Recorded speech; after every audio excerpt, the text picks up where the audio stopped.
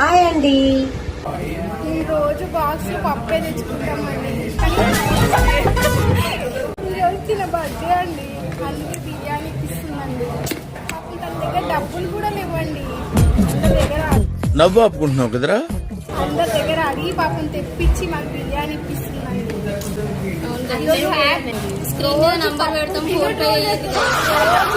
తినబుద్ధి కాకుండా తింటామండి. ఆ పప్పు తినబుద్ధే కాదండి. ఒక్కసారి అయితే కారం కూడా మర్చిపోయా.